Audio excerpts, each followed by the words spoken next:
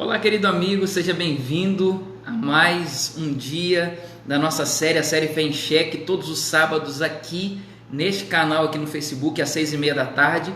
E hoje não é diferente, hoje já estamos aqui alguns minutinhos antes das 7h30, das 6h30, perdão, e já estamos aqui conectados juntos para que dê tempo das pessoas virem chegando, virem se conectando, dizendo aí de onde você é. Então quem está chegando, seja muito bem-vindo hoje a mais um episódio dessa série, a série Fé em Cheque. Essa série que é uma série fantástica, começou na semana passada. Então quem está chegando aqui hoje não tem problema, você vai pegar hoje só o segundo episódio, vamos trazer um resumo do primeiro episódio que foi na semana passada. Então você não perdeu muita coisa por enquanto. O tema de hoje é o porquê do sofrimento. Eu estou aqui olhando para o lado porque eu estou compartilhando o link desse episódio de hoje com os meus grupos. Então quem puder ir entrando e compartilhando e tudo mais, pode entrar, por favor, e compartilhe aí no seu feed, compartilhe aí no seu Facebook, aí tem um botãozinho de compartilhar, pode criar uma sala aí também com as pessoas. Você pode inclusive compartilhar nos seus grupos de WhatsApp, copie o link aí, compartilhe com os amigos enquanto eu estou fazendo isso aqui também, tá bom?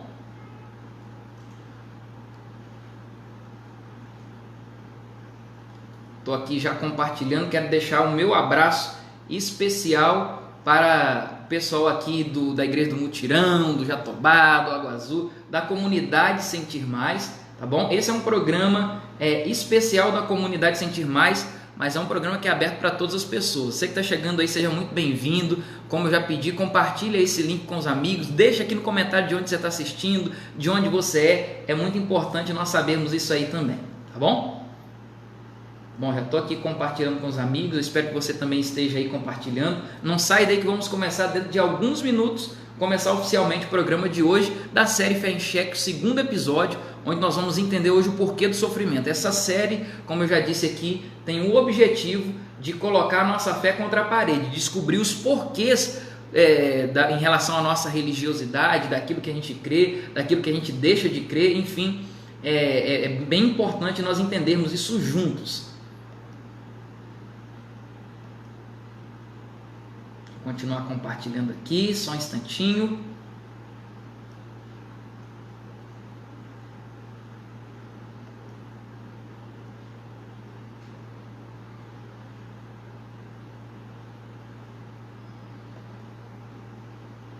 Ok. Só mais um minutinho aqui. Você que está chegando aí, pode chegar, vem entrando aí, vai compartilhando, por favor, esse link com os amigos, tá bom?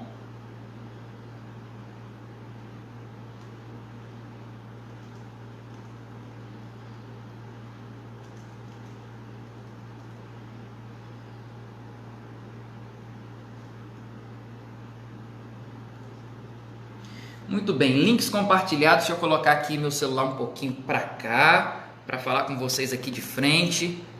Olha aqui, eu estou falando da minha casa, sejam bem-vindos aqui à minha casa hoje, tá bom? Então sejam todos bem-vindos a esse momento especial que nós estamos aqui só ajeitando aqui, pronto. Muito bem, muito bem. Então deixa eu oficialmente receber vocês aqui em nossa live, a live da comunidade Sentir Mais.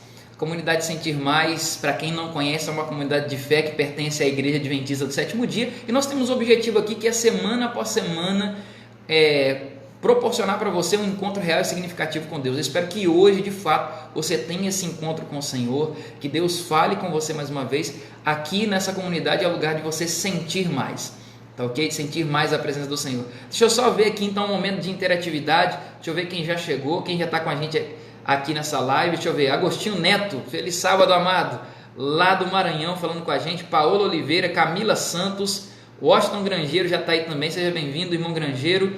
Feliz semana, Camila, feliz semana aí, hoje está ligado bem cedinho, irmão Grangeiro. Vanice, feliz semana para você. Sônia, Célida, Elza está aí também. Dora, Doraci, Camila, hoje estou assistindo em casa com a minha família, um abraço. A Camila está pedindo aí para todos os jovens do Iatai, está com muita saudade já. Um abraço para vocês, todos os jovens do Iatai. Eu quero começar fazendo uma oração, daqui a pouquinho eu vou explicar e dar mais detalhes sobre a nossa série. Você que está aí com a gente em casa, acompanhe conosco, compartilhe com os amigos, diz aí de onde você está assistindo, tá bom? É muito legal poder interagir e conversar com você. Mas você que já chegou, feche seus olhos aí e vamos conversar com Deus. Querido Pai, nosso Senhor, estamos felizes porque estamos na Tua presença. Esse é um momento especial e importante que temos para termos esse encontro real e significativo contigo. Essa série, a série Fé em Xeque, que tem um propósito especial de colocar a nossa fé contra a parede, de questionar as coisas, de perguntar o porquê da nossa fé, por que cremos e no que cremos. Nós queremos entender isso hoje, e hoje no tema sobre o sofrimento na Bíblia, nos ajude, ó Deus, a clarear muita coisa que ainda está anuviada em nossa mente. Fale conosco, é o que pedimos agradecidos em nome de Jesus. Amém. Bom, já vi aí que mais algumas pessoas já entraram. Deixa eu só então explicar para vocês como é que está funcionando a nossa série. A nossa série, para quem está chegando hoje pela primeira vez, é uma série semanal, todo sábado às 6h30 da tarde, aqui neste Facebook. Nós estamos com a série da Comunidade Sentir Mais, a série Fé em Xeque. Essa série começou na semana passada. Nós tivemos semana passada um tema bem importante, bem especial dentro dessa temática de Fé em Xeque, porque na verdade essa série ela tem um objetivo que é o seguinte: nós queremos aqui tentar entender o porquê da nossa fé, questionar mesmo a nossa fé, colocar a fé contra a parede. Não é pecado nenhum isso. Inclusive o questionamento sempre foi uma ferramenta muito bem utilizada para as pessoas que querem encontrar as respostas às suas dúvidas. E quando se trata de coisa transcendente, de Deus e tudo mais, é natural que as dúvidas se multipliquem. E quanto à nossa fé, não é diferente sobre Deus e sobre as coisas de Deus. Então, nessa série, nós nos propusemos a questionar a nossa fé, colocar a nossa fé em xeque. Na semana passada, então, no primeiro episódio, para quem não assistiu, vou trazer um resumo para você. Semana passada nós falamos que questionar é importante para descobrir algumas verdades. Aquele que questiona está muito mais próximo de descobrir a verdade do que aquele que fica ali passivo no seu canto sem querer descobrir nada. Agora, quando eu questiono as coisas, é preciso estar aberto o suficiente para abrir mão da minha verdade para descobrir de fato o que é a verdade. Quando eu me coloco diante de uma questão que eu quero descobrir a verdade, eu tenho que me despir de toda a minha vaidade e tudo aquilo que eu tinha como preconcepção para descobrir o que de fato é verdade. Então tem que estar aberto o suficiente para abrir mão da própria verdade, ok? Então, dentro desses questionamentos, precisa sim haver um posicionamento dentro de assuntos importantes. Por exemplo, sobre Deus, se ele existe ou não existe, eu tenho que me posicionar, não tem como eu ficar em cima do muro, porque são questões importantes. E além de me posicionar, eu também preciso saber o porquê que eu me posiciono desse jeito. Se eu creio em Deus, por que eu creio em Deus? Se eu não creio em Deus, por que eu não creio em Deus? Então é importante também entender o porquê das coisas. Falamos semana passada, dentro do nosso tema da semana passada, que foi Deus criador ou imaginação? É uma imaginação de uma religião que criou um Deus para que a gente pudesse crer, ou Deus de fato existiu como um Deus criador? Ele é criador do mundo? Sim ou não? E dentro da ideia de um Deus criador, dentro da ideia criacionista, a teoria que mais fala dentro dessa ideia é a teoria do design inteligente. A teoria do design inteligente fala que existe uma inteligência por trás do universo e da vida no universo. E Deus se revela através da natureza, segundo muitos cientistas. Inclusive, cientistas que antes eram ateus acabaram vendo na natureza Deus se revelando de alguma forma. Nós vimos semana passada alguns argumentos que comprovam na natureza que Deus foi um Deus criador e um Deus que existe. Por exemplo, o argumento cosmológico, que fala que o universo teve um começo, e se ele teve um começo, ele teve uma causa. Essa causa nós chamamos de uma causa sobrenatural, que é Deus. Falamos também da lei termodinâmica, que é uma lei que diz que a energia utilizável no universo está se acabando, cada vez mais está diminuindo. Imagina então, se o universo não tivesse tido um começo, não tivesse tido um começo como muitos ateus querem advogar e querem dizer, se o universo não tivesse tido um começo, a energia utilizável do planeta já teria acabado há muito tempo, porque se o universo fosse eterno, ela já estaria acabando se a lei termodinâmica é verdadeira. Então acreditamos que o universo teve um começo, porque a sua energia utilizável está acabando ainda. A lei da entropia também nos ajuda a entender que Deus é um Deus que existe, porque a lei da entropia diz que os sistemas tendem a se desorganizar. Se os sistemas tendem a se desorganizar é porque ele esteve organizado em algum momento. E nós acreditamos que essa organização aconteceu lá na criação do mundo pelas mãos do próprio Deus. Não tem como existir uma organização de uma explosão. Se o universo está se desorganizando, é porque teve uma organização no princípio, e nós acreditamos que foi na criação de Deus. Vimos também o argumento teleológico, falando que o universo e a vida foram projetados. Se foram projetados, tem um projetista. Será que de fato a vida foi projetada? Nós vimos aqui, por exemplo, a vida da ameba, que é a vida mais simplória de todas no universo. A ameba, só o núcleo dela seria o suficiente para muitos e muitos e muitos milhares de livros, só o núcleo dela, quanto mais ela inteira. Então, a vida mostra que foi projetada por um projetista, e nós acreditamos ser Deus. Um outro argumento que comprova que Deus existe, que Deus foi um Deus criador, é o argumento moral. Quem foi que colocou a moral no coração do ser humano? Quem é que entende você ir numa tribo onde ninguém nunca teve contato com nenhum outro ser humano e lá eles têm os seus princípios, de que matar é errado, de que roubar é errado, de que trair é errado? Quem colocou a moral no coração do ser humano sem que ninguém pudesse ir lá para ensinar, senão Deus? Então chegamos à conclusão aqui de que o universo sim, teve um início e teve uma causa. O universo foi causado por uma coisa externa ao tempo, ao espaço e à matéria. Portanto, uma causa eterna, uma causa primeira não causada, o que nós chamamos de causa sobrenatural, que acreditamos ser Deus. E o tema de hoje é o porquê do sofrimento. Vamos entender hoje, como por exemplo, por que Deus permite que pessoas inocentes sofrem. Semana passada foi um tema assim podemos dizer assim, bem técnico, mas hoje nós vamos bem para a prática. Por exemplo, por que Deus permite que inocentes sofram? Por que Deus mandou matar tanto, como por exemplo no Antigo Testamento, se Deus é amor? Por que Deus, onde está Deus quando nós sofremos? Eu quero começar contando a história de Maria Rudolph. Maria Rudolph, no ano de 1957, uma menininha de 5 anos, foi morta de maneira cruel, estrangulada e estuprada. Nunca encontraram o seu assassino. No ano de 2011, John McCallum foi denunciado por sua mãe. John McCallum, então, era o assassino que em 1957 tinha matado, estrangulado e estuprado Maria Rudolph. A mãe dele, em 2011, no leito de dor, no leito de morte, com a consciência culpada, então chamou a polícia e disse assim: eu não posso mais suportar isso que eu venho segurando há mais de 50 anos. Eu não suporto mais segurar o meu filho. Ela havia dado naquele período de 1957, tinha dado um álibi falso em relação ao seu filho, dizendo que seu filho não estava na cena do crime, mas estava provavelmente em casa. E agora, em 2011, foi descoberta. A minha pergunta, em toda essa situação, por que uma menininha de 5 anos, tão inocente, é morta com tanta crueldade? Onde Deus estava nesse caso de Maria Rudolph? Você já parou para pensar nisso? Onde Deus estava? Ora, se Deus é todo poderoso, se Deus pode todas as coisas, se Ele é amor, não quer ver seus filhos, suas criaturas sofrendo, onde Deus estava nesse caso de Maria? Porque, judicialmente falando, se alguém pode evitar um crime e não faz, é corresponsável por esse crime. Então Deus seria corresponsável. Se Ele pode evitar, se Ele é todo poderoso e pode evitar o mal, por que Ele não evitou? E mais, seria Deus corresponsável pela morte de Maria Rudolph? Onde Deus estava nesse caso? E é verdade que a questão do sofrimento no mundo é a mais séria objeção ao cristianismo. As pessoas, quando querem colocar objeções ao cristianismo, esse é o pior de todas, essa é a pior de todas as objeções.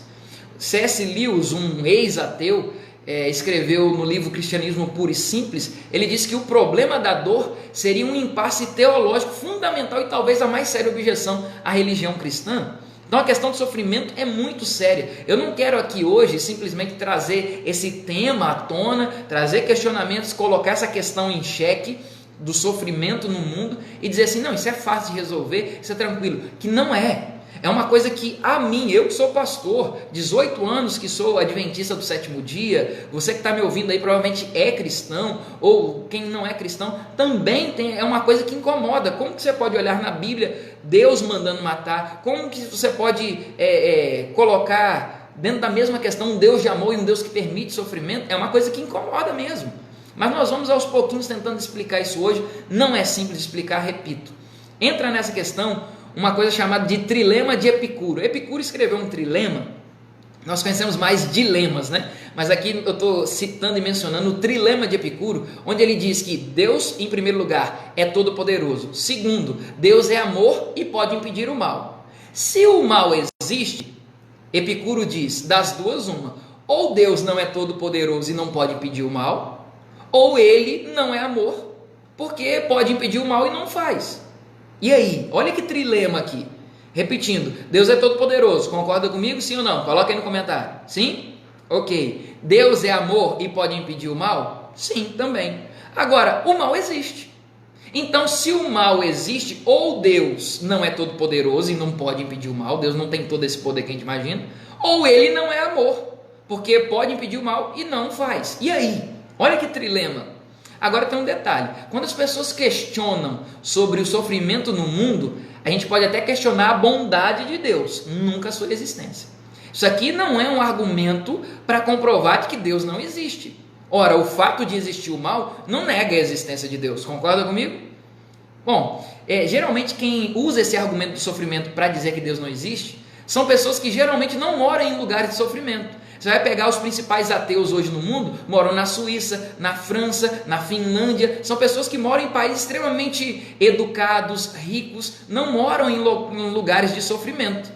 As pessoas que moram em lugar de maior sofrimento, como por exemplo na Ásia, em alguns rincões do nosso Brasil, lugares onde a fome bate forte, onde o sofrimento é maior, são pessoas que mais creem na existência de Deus. Veja que o sofrimento, a ausência do sofrimento está levando muita gente a não crer em Deus. E a existência do sofrimento está levando muita gente a crer mais em Deus. Olha como que a ideia do sofrimento não tem muito a ver com a não existência de Deus. Então o fato de existir o mal não nega a existência de Deus. Agora a grande pergunta é, Deus criou o mal? Bom, eu quero começar te dizendo que Deus criou só o bem e a bondade. Na verdade, só o bem existe, olhando pelo lado da física. Vamos pensar comigo. A física diz que somente o calor existe, certo? A física diz que o frio não existe. Espera aí, pastor, eu sinto frio de vez em quando. Como que o frio não existe? Pela física, o frio nada mais é do que uma ausência de calor. Na verdade, só existe calor e quando existe a ausência de calor, o frio você começa a sentir frio. Na verdade, o frio nem existe. O que existe é a ausência de calor. Segundo a física também, a escuridão não existe. O que existe é a luz e a ausência de luz. A ausência de luz é a escuridão. Então, segundo esse argumento, a bondade existe, e o mal não existiria. O mal não foi criado, o que existe é o resultado da ausência de Deus.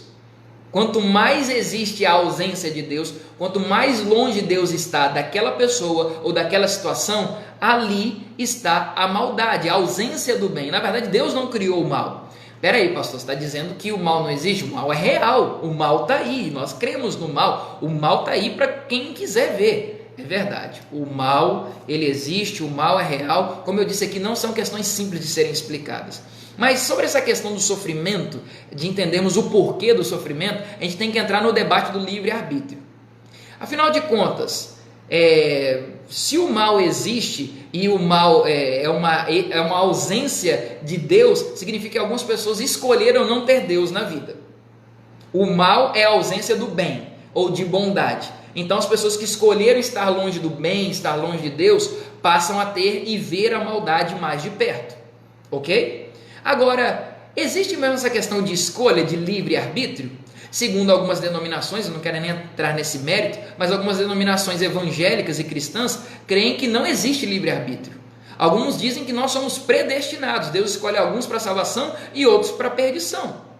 E aí, existe essa questão de eu escolher o bem ou escolher o mal? Eu posso escolher, nós escolhemos o mal de fato, existe livre-arbítrio? Ou não, nós somos predestinados? Vamos ver isso na Bíblia? Abra aí a sua Bíblia comigo em Efésios capítulo 1, para a gente entender essa questão do sofrimento, o porquê do sofrimento, a gente tem que entender então, eu posso escolher o bem ou o mal, ou eu sou predestinado? Vamos lá, quem acha aí que você é predestinado, quem acha que você pode escolher o bem ou o mal, coloca aí no comentário para mim, para eu saber qual é a sua opinião. Efésios capítulo 1, versos 3 e 4. Quem puder, coloca aí no comentário também o texto bíblico que estamos mencionando, para quem chegar depois, ver que texto nós estamos citando aqui, tá bom? Efésios capítulo 1, versos 3 e 4, para a gente entender sobre a questão de ser predestinado ou ter livre-arbítrio. Olha o que a Bíblia diz, Efésios 1, 3 e 4, a Bíblia diz assim: Como louvamos a Deus, o Pai de nosso Senhor Jesus Cristo, que nos abençoou com todas as bênçãos do céu por pertencermos a Cristo. Muito antes de criar o mundo, Deus nos escolheu para pertencermos a Ele. Naquela época, Ele decidiu fazer-nos santos e aos seus olhos sem uma única falta, a nós que nos encontramos diante dele, cobertos com o seu amor. O verso 4, eu quero ler aqui de novo, diz assim, Deus nos escolheu para pertencermos a Ele. Naquela época decidiu fazer-nos santos aos seus olhos. Deus nos escolheu. E aí? Existe predestinação ou a gente tem direito de escolha? O texto fala aqui que Deus nos escolheu, mas escolheu a todos. Deus não escolheu só alguns para salvação, outros para perdição. Não, Deus escolheu a todos nós para sermos salvos. Mas nem todos escolhem a salvação. Alguns escolhem a ausência de Deus e aí escolhem o mal, como eu disse antes. Se o mal é a ausência do bem, é a ausência de Deus, alguns escolhem sim o mal. Esse é o ponto fraco do amor, o amor de Deus, por exemplo. O amor pode ser rejeitado e Deus pode ser rejeitado. Você pode dizer, não quero Deus. É a ausência de Deus, vem o resultado, que é o mal. O mal é o resultado da ausência do bem. Agora, pastor, você está dizendo então que Deus é como um namorado ciumento? Porque tem namorado ciumento que fala assim, se não ficar comigo, então eu vou te matar. Então Deus faz isso? Quem não ficar do meu lado vai se perder, vai queimar no fogo do inferno. É assim Deus é um namorado ciumento? Não.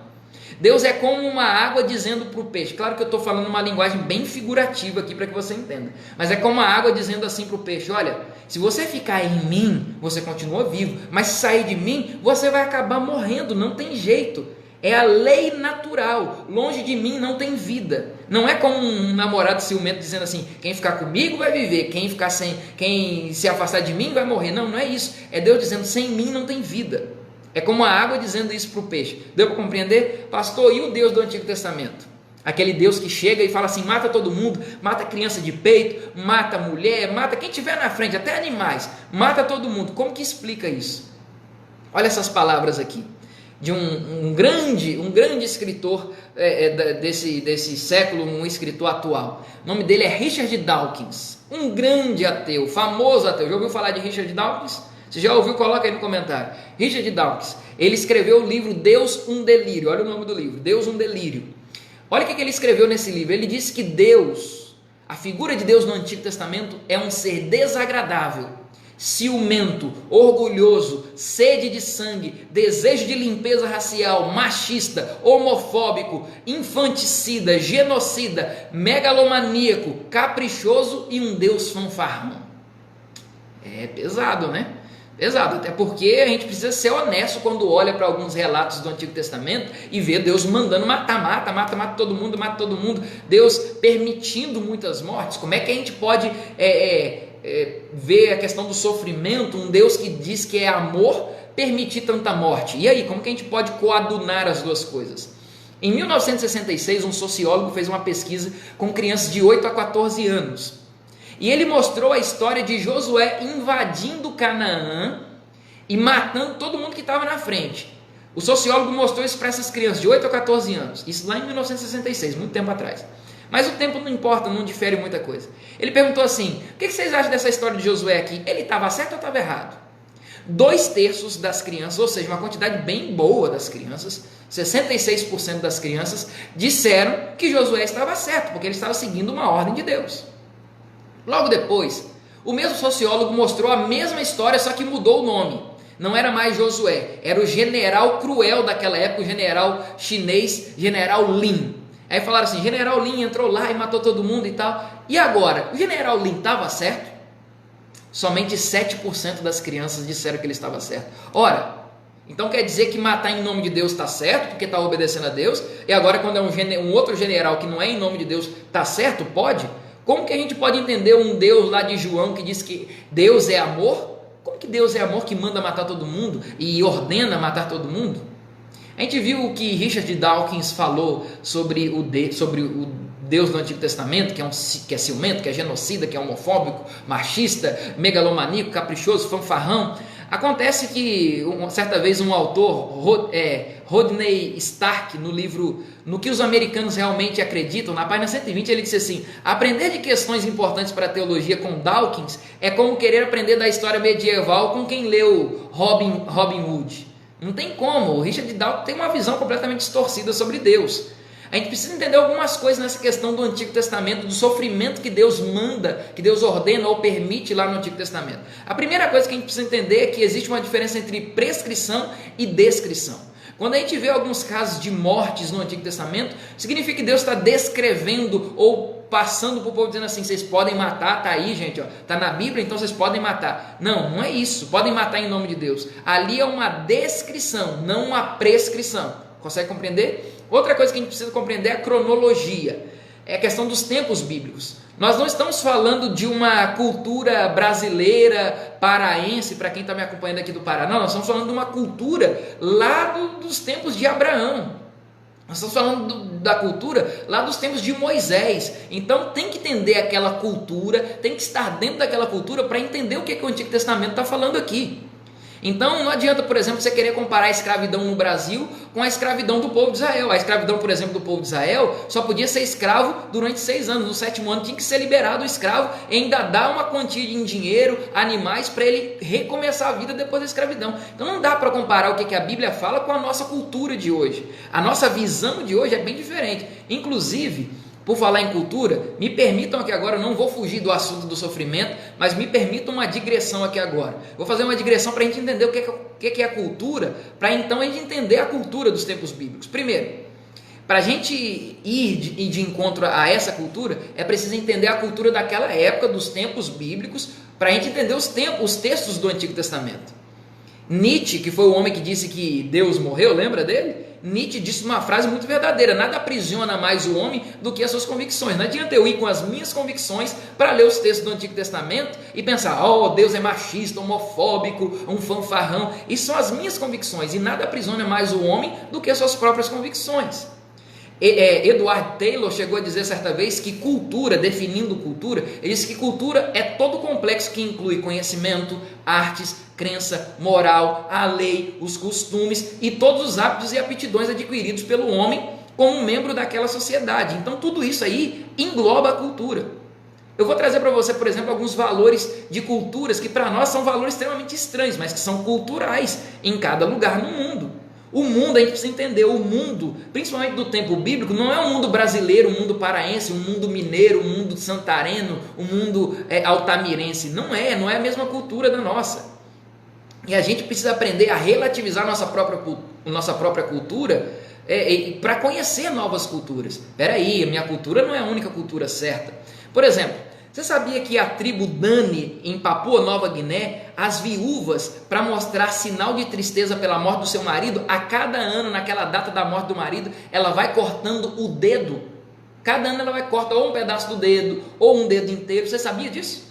Para ela, isso é tão importante mostrar para o mundo a sua tristeza cortando seu dedo, quanto amamentar o filho. É importante para aquela cultura. Você pensa, que loucura, pastor? Isso é cultura.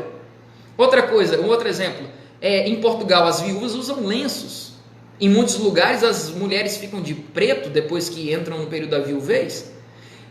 Os Yanomamis, por exemplo, quando eles estão em luto, eles queimam o corpo das pessoas, pegam as cinzas, misturam na água e bebem as cinzas da pessoa que morreu, da pessoa amada. Cada um tem o seu jeito de ver a própria cultura. Perceba como que é estranho. Lá na cultura da África subsaariana, as mulheres acima do peso são as mulheres mais atraentes, que para nós não faz nenhum sentido, não é? As mulheres acima do peso lá, as mulheres quando estão chegando na época de que as meninas estão virando mocinhas, as mães começam a dar comida para que elas engordem, e aí amarra pedras em suas cinturas para que elas comecem a desfilar com peso na cintura, porque quanto mais parecido for o caminhar dessas garotas com o andar de um elefante, mais sensual é. Olha que estranho, para nós isso é estranho, mas para eles é comum. Aqui no Mato Grosso tem uma tribo indígena em que a mulher, quando entra no período fértil, ela passa a ter relações sexuais com o máximo de homens possível da sua tribo. Todos, que depois que ela engravida, todos da tribo são considerados como pais daquela criança que ela ficou grávida, todos os homens da tribo, porque para eles, quanto mais homens tiverem relação sexual com aquela garota, mais forte, mais capaz aquele garotinho que vai nascer, ou a garotinha, vai ser. Eles têm, por exemplo, eles olham para a nossa cultura, essa tribo lá no Mato Grosso, olha para a nossa cultura e pensa assim: ah, vocês são muito egoístas. Como é que pode, dentro de uma sociedade, imaginar que o filho é só meu? Não, o filho é de todo mundo é responsável pela educação, e eles têm essa ideia. E a menina só pode ter até 3 filhos, depois do quarto eles matam as crianças. Cultura. Tribos no Tibete, por exemplo, vão te cumprimentar, eles mostram a língua. Cultura. E tem alguns costumes brasileiros que, se for olhar aí fora, eles acham a coisa mais louca do mundo. Por exemplo, jeitinho brasileiro. Para eles, não pode, não tem. Vamos dar um jeitinho, não pode. Para eles é a coisa mais estranha. Como é que vocês são? Os brasileiros são estranhos, tudo tem um jeitinho. Por exemplo, se eles forem em algumas cidades aqui no interior do Pará, por exemplo, vão ver todo mundo andando sem capacete, vai imaginar assim: que loucura, a polícia não faz nada, por que vocês andam sem capacete? É contra a lei. Mas para nós isso é normal, é cultura nossa. Outra cultura nossa, 2, 3 beijinhos quando vai cumprimentar alguém, eles pensam: não, que coisa estranha. Feriados prolongados, para eles isso não existe. Eu estou perdendo dinheiro quando eu estou num feriado prolongado. Não, vocês são muito vagabundos. É assim que eles falam dos brasileiros. É a coisa mais estranha. Veja o que é a cultura. Sunga na praia. Para eles, o estrangeiro, sunga na praia é a maior ofensa do mundo. Em alguns lugares o topless é tranquilo, mas sunga não pode. Você consegue entender o que é a cultura? Uso de talheres. Regiões orientais, comer com a mão é comum. Eles olham para o brasileiro comendo de talher e pensam assim: como é que vocês sabem que lá no restaurante eles lavaram direitinho esse talher? Eu prefiro comer com a minha mão, que eu mesmo lavo. E aí? Para algumas culturas, por exemplo, nos Estados Unidos, jogar o papel higiênico sujo na cestinha de lixo é a coisa mais suja do mundo. Não, joga isso no vaso, dá descarga. Como vocês podem proliferar tanta bactéria no banheiro de vocês? Outra questão que eles acham estranha é a questão do horário do brasileiro, que é atrasado para tudo. Não, hora é a hora. Então veja, questão de cultura. Outra coisa que me chamou muita atenção é que eles olham, por exemplo, algumas cenas de meninas saindo com roupas bem curtinhas, decotadas para festas à noite, e os pais liberando as próprias filhas. Eles pensam assim: mas espera aí, o pai está levando a filha para prostituir a própria filha? Porque com essa roupa não dá para entender. Como que o pai libera a filha a sair para a festa ele mesmo com essa roupa? Então são questões culturais que para nós é tranquilo e lá fora não é. Então você olhar com a nossa visão cultural para o texto do Antigo Testamento e pensar assim: Deus é homofóbico, é machista, Deus permite sofrimento, está mandando matar, é uma coisa. E olhar com a visão da época, da cultura do Antigo Testamento é outra coisa.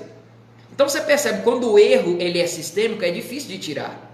São círculos predominantes, discursos que você não muda só falando: gente, tem que mudar. Não muda assim. Mudanças não são tão rápidas. A gente está na era do iPhone, que muda do iPhone 5 para o 6, para o 7, para o 11, uma coisa atrás da outra. Não, mudança cultural não acontece dessa forma. Vou te dar um exemplo. Não vou citar o país, é claro, mas uma mulher vinda ali da região da janela 1040, ela foi forçada a casar com um homem quase 30 anos mais velha que ela tendo apenas 14 anos. Ela pensou assim: eu não quero, e fugiu do seu próprio país, veio para a Alemanha, morou na Alemanha, conheceu um homem, viveu feliz. Aquele homem que tinha sido prometido para ela em casamento, sabe o que ele fez? Foi atrás dela, procurou, vasculhou, encontrou ela na Alemanha, matou a mulher, voltou para casa e celebrou a morte daquela mulher. Celebrou a morte daquela garota. Inclusive os pais da garota celebraram a morte da traidora que abandonou os costumes da sua terra. Bom, se hoje em dia assim, imagine nos tempos do Antigo Testamento como não era. Eu vou dar um exemplo para você de uma lei do Antigo Testamento, uma lei dos tempos do Antigo Testamento, para você ter uma ideia de como que era a cultura naquele tempo, principalmente a cultura de violência e de sofrimento daquele tempo. O Código de Hammurabi tinha uma lei que era a lei do talião, ou a lei do tal qual. Sabe, já ouviu falar de olho por olho e dente por dente? Inclusive Moisés citou essa lei, parte dessa lei na verdade, lá nos escritos do livro de Deuteronômio, de Êxodo, enfim. Mas essa lei de talião, ela trazia um limite para a vingança, porque naquele tempo a vingança não tinha fim. Por exemplo, se eu matasse alguém lá da outra família, aquela pessoa da outra família podia vir vingar e me matar. Aí alguém da minha família voltava e vingava e matava alguém daquela outra família. E um ficava matando o outro da outra família para vingar. A lei do talião diz assim, ó, é olho por olho e dente por dente, ponto final. Quem matou pode ir lá e vingar a morte do outro. Então deu um limite para a vingança, para você ver o quanto que era violento naquele tempo. A cidade de Ur dos caldeus, era uma das mais violentas daquele tempo. Sabe quem morava lá? Abraão. Aí você entende agora quando Deus fala assim, Abraão, ou Abrão na época, ainda não chamava Abraão, né? Era Abrão. Abrão, sai da tua terra, do meio da tua parentela e vai para uma terra que eu vou te mostrar, porque aqui é muito perigoso, é muito violento. Eu não quero que o meu povo saia ou tenha uma raiz de um lugar violento. Vai para uma terra que eu vou te mostrar. E aí, quando Abraão vai para a terra prometida, que Deus promete para ele, a terra de Israel, a terra do povo de Deus, seria um centro de paz, ou um lugar menos violento, um lugar onde seria o nascimento do Messias, o nascimento de Jesus, seria ali. Então Deus tira Abrão de um lugar violento, era uma cultura violenta, a cultura do Antigo Testamento. E Abrão, impressionante, que ele vai conquistando terra sem violência, sem guerra, só comprando poços. O que significa comprar poços para aquele tempo? Comprar poços é como se fosse um posto de gasolina hoje em dia. Se você quer sair daqui do Pará, por exemplo, e ir para o sul do Brasil, você tem que abastecer no seu carro de tempos em tempos. E naquele tempo, para andar de um lugar para o outro, você tinha que ter abastecimento para o seu meio de transporte daquele tempo, que eram animais, então tinha que ter água. Então Abraão, ele ia comprando poço de lugar em lugar e foi se tornando rico. Então ele foi conquistando terras e sem guerra. Veja, se Deus fosse um Deus sanguinário, como muita gente diz, Abraão ia vencendo com guerra, ia tendo exército, e ele nunca teve exércitos. Abraão foi conquistando terras, comprando poços, por sinal. Sabe de onde nasce todo o erro? Quando, por exemplo, a gente pode citar a história, como eu citei aqui, de Josué, que entra em Canaã, tudo começa com um erro. Eu começo com a história de José do Egito. Lembra de José do Egito? José foi vendido como escravo, o erro começou aí. Um irmão não podia trair outro irmão, e ele é vendido pelos próprios irmãos como escravo para o Egito. E aí, chegando lá no Egito, você conhece a história, ele se torna governador e traz a sua família para viver no Egito. O povo de Israel abandona, a família de José abandona Canaã, que era a terra prometida de Deus para Abraão. Eles abandonaram tudo que Deus tinha dado para morar no Egito. Lá no Egito eles se tornaram depois escravos. Aí eles têm que sair do Egito, toda aquela luta, você conhece bem as 10 pragas, as pragas do Egito, atravessa o Mar Vermelho e aí vai pelo deserto para retomar Canaã, uma terra que era deles. Olha, uma terra que Deus tinha dado para Abraão de bandeja, deu para Abraão de mão beijada, e agora eles tinham perdido e estão voltando para recuperar. Moisés morreu no caminho, Josué toma o lugar de Moisés como líder do povo, e eles então têm que retomar Canaã. Pastor, mas como que você me explica isso aí? São genocídios, Paulo. Pastor, falei Paola, que é o nome da minha esposa, perdão. Mas pastor, como é que você explica isso aí? São genocídios. Bom, para recuperar as terras que Deus tinha dado, Deus permitiu, não mandou, mas permitiu matar. Por quê? Porque aquela era a cultura vigente da época. Ou eles matavam ou eles morriam para retomar a própria terra. Era uma recuperação de uma terra que era deles. Eles não estavam indo para tirar um povo de lá, não, era uma terra que era deles. E outra coisa que a gente precisa entender, o Antigo Testamento foi escrito em hebraico, e o hebraico ele tem algumas coisas que o português não consegue explicar na sua tradução. Os verbos que temos aqui não são verbos imperativos, Deus mandando, mas são verbos permissivos, Deus permitindo. Quando Deus diz assim, eu te farei destruir toda a terra, matar as pessoas, não é isso que a língua original queria dizer. Aqui seria mais ou menos dizendo o seguinte, eu permito que você vá lá e mate essas pessoas, mas não te farei matar. Pastor, mas ainda não está explicando bem. Veja, aqui o que Deus está dizendo em outras palavras não é o ideal, mas se for necessário, use. Porque é aquilo que eu falei, ou eles entravam em sua terra de volta morrendo, ou eles tinham que matar, porque era um povo extremamente sanguinário. Você vai ver daqui a pouquinho como eram os cananeus, que era a terra de Canaã, a terra que eles tinham que retomar. Deus mesmo no livro de Ezequiel, ele diz assim, eu dei ordens que não eram boas para vocês em alguns momentos. Não é Deus dizendo assim, estou arrependido, não. É porque ele está dizendo, eu tinha que dar essa ordem, não tinha outra coisa. Ou matava ou morria. E Deus também permitiu que os babilônios, por exemplo, guerreassem contra Israel. Então essa arma de entrar e sitiar a cidade e derrotar o povo, Deus não usou só a favor do seu povo, Deus também usou contra o seu povo como punição. Agora, pastor, explica como é que eram os cananeus. Você tem uma ideia como que era o povo de Canaã, e esse povo agora que Josué tinha que ir com o exército de Israel para tentar derrotar esse povo, para tomar a terra de Canaã de volta. Olha como é que era o povo de Canaã. O povo de Canaã, eles em seus rituais, em seus cultos a deuses pagãos, eles tinham sacrifícios de crianças. Esse povo da retomada da terra, o povo lá de Canaã, que estava lá só esperando, era um povo que sacrificava crianças. Ou ele sacrificava, segundo a arqueologia hoje, ou eles sacrificavam crianças a machadadas, ou então eles colocavam na barriga incandescente das estátuas de Moloque, do deus Moloque. Então tinha uma estátua de um deus, uma estátua gigante do deus Moloque, ali na barriga deles eles colocavam fogo e colocavam as crianças ali dentro. E mães que tinham repulsa do próprio filho. Você deve pensar assim, pastor, como é que uma mãe podia colocar um filho para o sacrifício num ritual religioso ali deles, para os deuses pagãos? Acontece que as mulheres ali viviam com maridos, mas viviam com maridos indo para a guerra, voltando, indo para a guerra, voltando. Os maridos, quando voltavam, só violentavam suas esposas. Não tinha amor nas relações. Então, quando eles violentavam a esposa ficava grávida. O que a esposa tinha? Depressão pós-parto. E uma das características de depressão pós-parto é a repulsa com as crianças. Então, para ela ofertar um filho num ritual religioso de um deus pagão, não era problema nenhum. Ou o filho morria, olha, veja, sacrifício de criança, olha que povo mau, esse povo que estava agora esperando o povo de Israel para a guerra. Entende agora quando Deus fala assim, eu não quero que matem, mas se for necessário está permitido. Era esse povo que matava criança.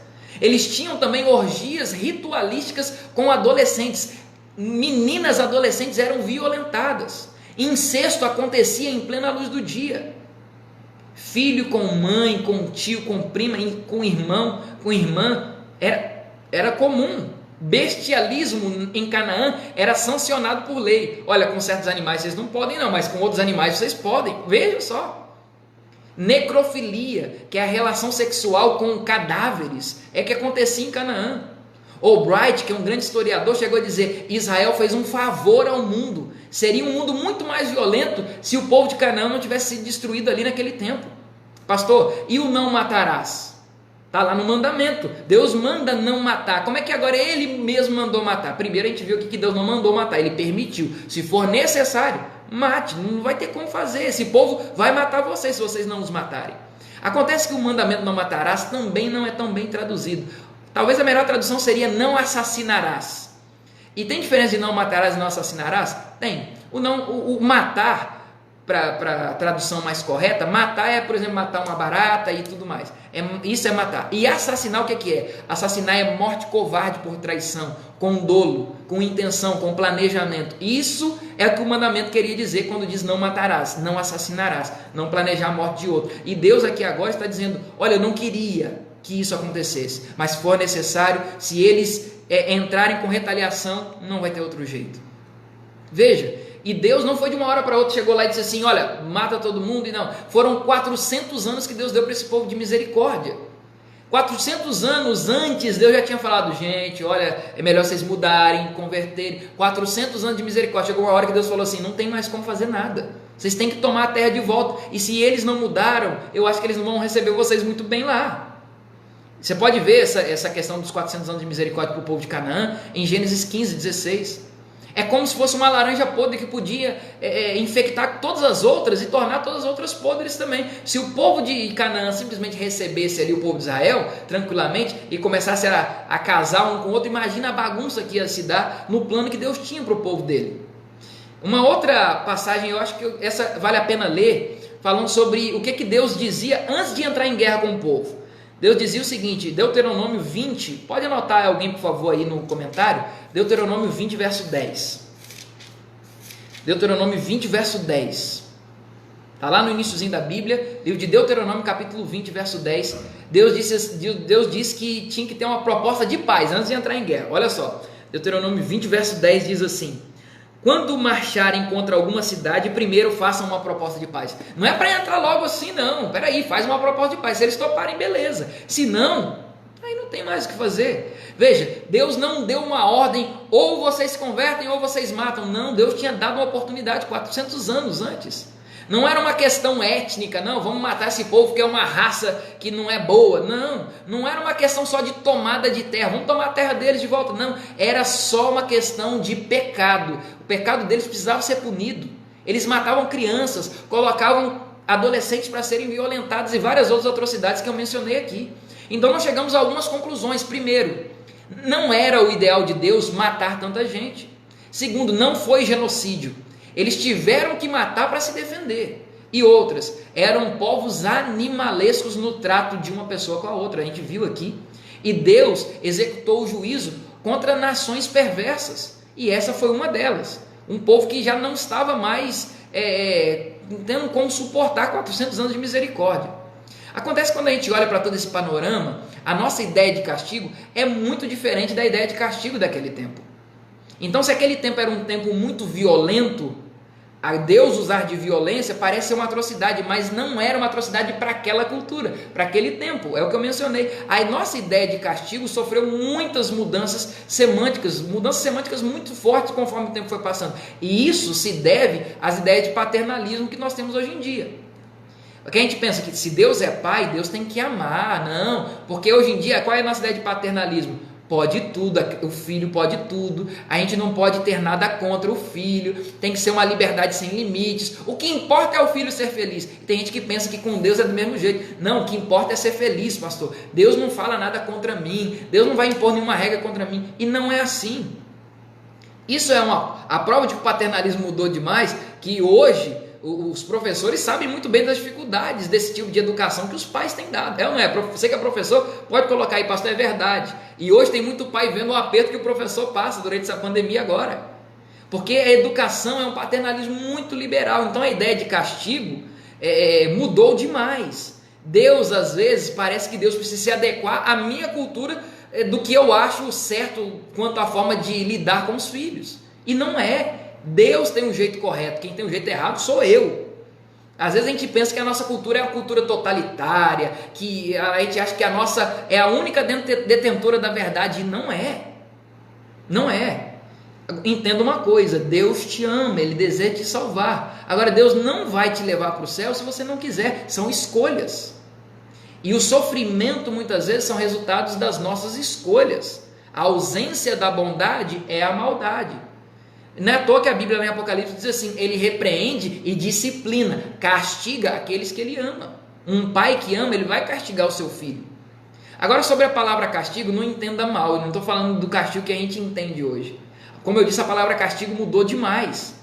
A palavra castigo significa literalmente tornar casto, ou tornar endireitado, corrigir, disciplinar, é colocar no caminho certo. Isso é verdadeiramente castigar. E quando a Bíblia fala que Deus castigou um povo, Deus estava com a intenção de tornar o povo endireitado, corrigir, disciplinar. Nesse sentido, um personal trainer lá na academia, ele castiga o seu aluno. Ele está querendo bem para o aluno, ele quer tornar o aluno direitinho, ter um bom corpo. O nutricionista, por exemplo, castiga o seu paciente. Ele diz, não pode comer isso, não pode comer aquilo, dá até raiva às vezes, mas nesse sentido é castigar, é tornar direito, corrigir. Não é que Deus é um Deus de puro sadismo, que fica ali com uma lupa queimando uma formiguinha, não é isso, nada disso. C.S. Lewis, inclusive, naquele livro que eu mencionei, Cristianismo Puro e Simples, ele diz assim, o sofrimento é o megafone de Deus para um mundo surdo. Às vezes o mundo não entende, e só entende quando passa por um sofrimento, é incrível isso. Agora, um enredo para todo esse caos, para todo o sofrimento, uma explicação por trás, está na queda de Lúcifer. Lúcifer era um anjo de luz, inclusive a gente nem sabe se o nome dele de fato era esse, só é o significado, anjo de luz. A Bíblia traz esse anjo de luz e foi sendo utilizado Lúcifer, o significado, anjo de luz, foi sendo utilizado conforme o tempo foi passando, mas Lúcifer era um anjo de luz, vivia lá no céu, caiu aqui na terra e começou então a trazer a maldade e a destruição. A rebelião começa lá no céu e o planeta Terra se uniu a essa rebelião de Lúcifer. A lei universal foi transgredida. Qual lei universal, pastor? A lei universal de que só o bem deveria existir. A partir do momento que o ser humano decidiu se afastar de Deus, se afastar da bondade, ele deu espaço para que a ausência da bondade se transformasse em maldade. E daí está a explicação do sofrimento. Pastor, mas ainda não entendo onde estava Deus na morte de Maria, aquela garotinha de 5 anos lá no início da história. Onde estava Deus? Sabe onde estava Deus? Na cruz. Na cruz. Deus estava lá, morrendo para acabar com o sofrimento. Para que você entenda bem essa questão de Deus estar na cruz, no momento em que Maria estava lá sofrendo, onde estava Deus quando Maria estava sofrendo, quando eu sofro, quando você sofre? Quando nós sofremos, onde está Deus? Para que você entenda bem, quero te contar uma última história. É a história do príncipe ladrão. Certa vez, um rei de uma terra decidiu dar o seguinte decreto: quem roubar aqui em nossas terras terão os olhos arrancados. E a lei foi um sucesso. A partir daquele momento ninguém mais roubava, as pessoas dormiam com portas abertas e as prisões estavam vazias, tudo uma maravilha, até que um dia encontraram um ladrão. E o rei disse: traga esse ladrão, precisamos cumprir a lei. Os olhos dele serão arrancados. Para a surpresa do rei, quem era? Seu próprio filho. O rei então pensou bem e disse assim: a minha palavra precisa se cumprir. Minha palavra, eu disse que quem roubasse precisava ter os olhos retirados. Mas o meu filho, eu não vou permitir que ele passe por isso. Se a lei pede os olhos, tirem os meus próprios olhos. Agora você consegue entender onde estava Deus quando você sofreu? Quando Maria sofreu? Onde está Deus no sofrimento? Na cruz. Ele deu a vida do seu próprio filho para que o sofrimento terminasse. Pastor, Jesus já morreu, mas o sofrimento não acabou. Calma, vai acabar. Nós estamos vivendo hoje um hiato da eternidade. O plano de Deus da eternidade era que o ser humano vivesse só com bondade, só com bem, vivesse feliz para sempre, como é nos contos de fadas. Nós estamos hoje vivendo um hiato da história, um hiato da eternidade, mas nós já sabemos como vai ser o fim. Tal qual uma criança que abre uma revistinha em quadrinho e lê as últimas páginas para descobrir como vai terminar aquela história em quadrinhos, nós já sabemos como vai ser o fim. E o fim é um fim sem sofrimento. Nós viveremos felizes para sempre. Por que do sofrimento? Porque o sofrimento é resultado da ausência de Deus, da ausência de bondade. Consegue entender agora? Não significa que quando você está com Deus, você vai deixar de sofrer. Não, o mundo ainda é um mundo mau, mas por pouco tempo. Calma, tudo isso vai acabar. Se você quer terminar bem, do lado certo da história, e terminar um dia vendo que o sofrimento acabou de fato, é simples. Basta se entregar a esse Deus e esperar esse dia chegar. E eu vou te dizer uma coisa, não demora para chegar. Muito em breve esse dia chegará. Você quer se preparar para isso? Onde o sofrimento terá um fim? Se você deseja se preparar, coloque aí no comentário para mim. Eu quero saber quantos de vocês desejam, a partir de hoje, se preparar para o grande dia em que o sofrimento vai ter um fim. Coloque aí no comentário: eu quero me preparar. Se você quer ver o fim do sofrimento e quer se preparar para isso, ore comigo nesse momento. Querido Senhor, obrigado por essa mensagem de hoje que, de certa forma, desanuviou muita coisa que tínhamos como obscura. Como entender um Deus de amor que manda matar tanta gente? Na verdade, o Senhor não mandou. O Senhor teve que permitir uma coisa que era inevitável. O Senhor continua sendo um Deus de amor, que tanto me ama, que me trouxe essa mensagem hoje para entender tanta coisa, o porquê do sofrimento. O sofrimento está aí porque o mal existe, porque tanta gente tem a ausência de Deus no coração.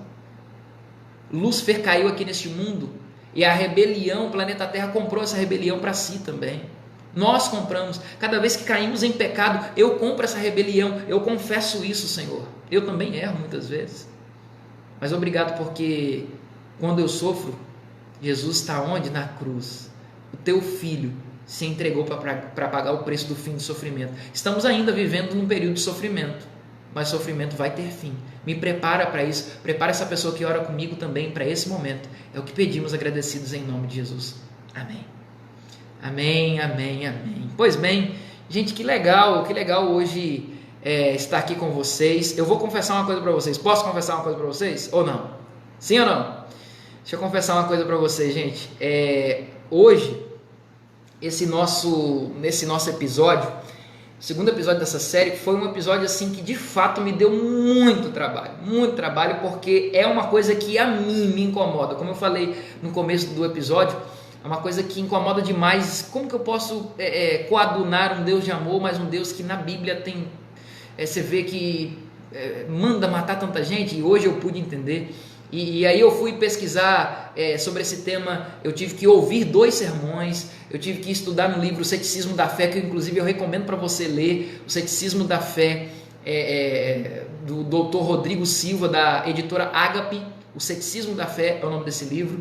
E também estudei um estudo bíblico que é O Resgate da Verdade. Acho que muita gente tem acesso a esse estudo, pode estudar também, que é do Michelson Borges. Mas enfim, me deu muito trabalho, mas sabe que prazer que foi hoje falar desse tema para vocês. Porque se me tirou muitas dúvidas, eu acho que tirou de você também muitas dúvidas. E foi muito bom poder estar falando aqui com vocês, tá certo? Deixa eu só adiantar para vocês já o tema do próximo episódio. Deixa eu ver aqui, só um instantinho, o tema do próximo episódio. Enquanto está aqui carregando aqui meu WhatsApp, deixa eu só ver quem esteve conosco aqui durante esse episódio de hoje. Deixa eu só ver aqui quem entrou. Cimei Barreto, lá de Óbidos, Francicléia entrou também, Júnior Sampaio, Berenice Pereira, que é minha sogra, Edileuza, Camila já estava aqui desde o começo, Pastor Emerson está aqui, Doraci, olha aí, ela falando que Deus predestinou todos à salvação, porém deu livre-arbítrio para aceitar ou não. Muito bem.